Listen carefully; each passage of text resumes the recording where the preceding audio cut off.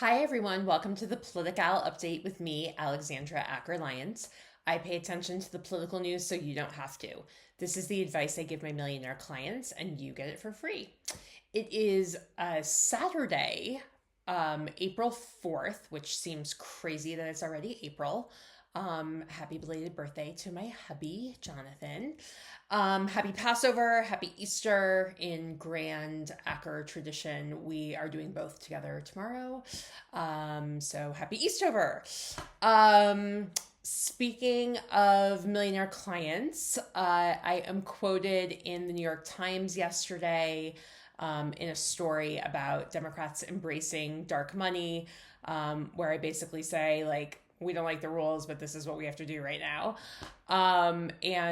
Just to elaborate on that a little bit, I would love to organize myself out of a job. I would love if we had, public financing of elections and absolutely no dark money, and could go back to a time where there was transparency. But in particular, in the wake of people being worried about retribution under Trump, people are turning to lots of different mechanisms and vehicles. And I forgot that exact quote, but it's like, politics is like water through stone. It'll find a path.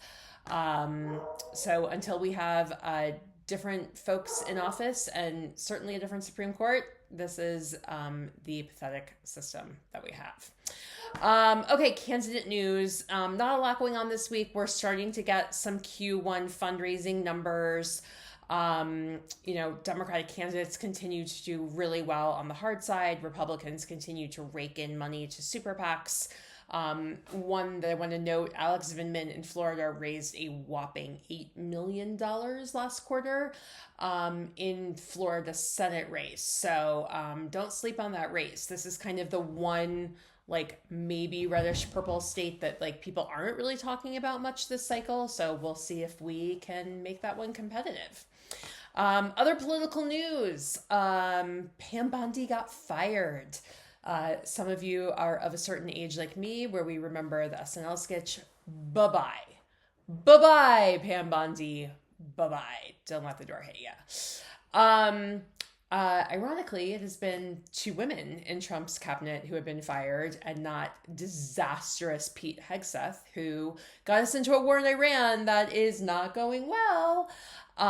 They shot down one of our planes, and we still have a missing airman, which is just awful and tragic. And all of this may really further escalate that situation. The whole thing is bonkers. And I've never been happier to own an electric car. Trump also made a bonkers executive order this week around vote by mail and other things, kind of knowing that he wasn't going to get his way on everything, especially with the SAVE Act. 23 states immediately jumped in to sue. I don't expect much of this to hold, but again, even if they're able to tinker around the edges, some of these races will come down to tinkering around the edges. So I'm really proud of all of the attorneys general, including mine, but also all of the groups that are pushing back really hard to safeguard our elections. Yes, we will have elections in 2026. It is questionable how fair and free in some places they will be, but we will have elections. So you can put that one to bed. And speaking of elections, I saw our girl Kamala this week. She was in town as part of her book tour, and Joe Neguse put together a wonderful event with her, and got to just express my appreciation. And she was just as warm and wonderful and remarkably happy considering. And it was good to see her. Okay, my shout out of the week goes to parents dealing with children home on spring break.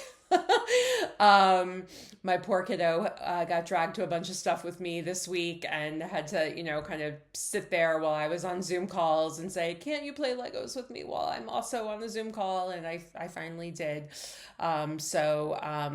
Yay, work-life balance. Back to school they go next week. Have a great weekend, everyone. Thank you.